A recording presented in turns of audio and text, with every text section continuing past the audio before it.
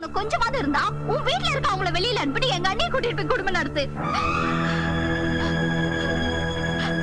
இல்லனா உனக்கு ஒரு தங்கச்சி இருக்காங்கிறதே மறந்துரு.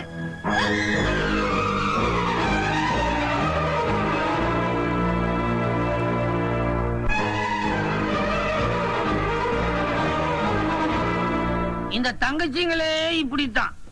தாவணி போடுற வரைக்கும் தான் தங்கச்சி, போட்டுட்டா அவங்க வேற கட்சி.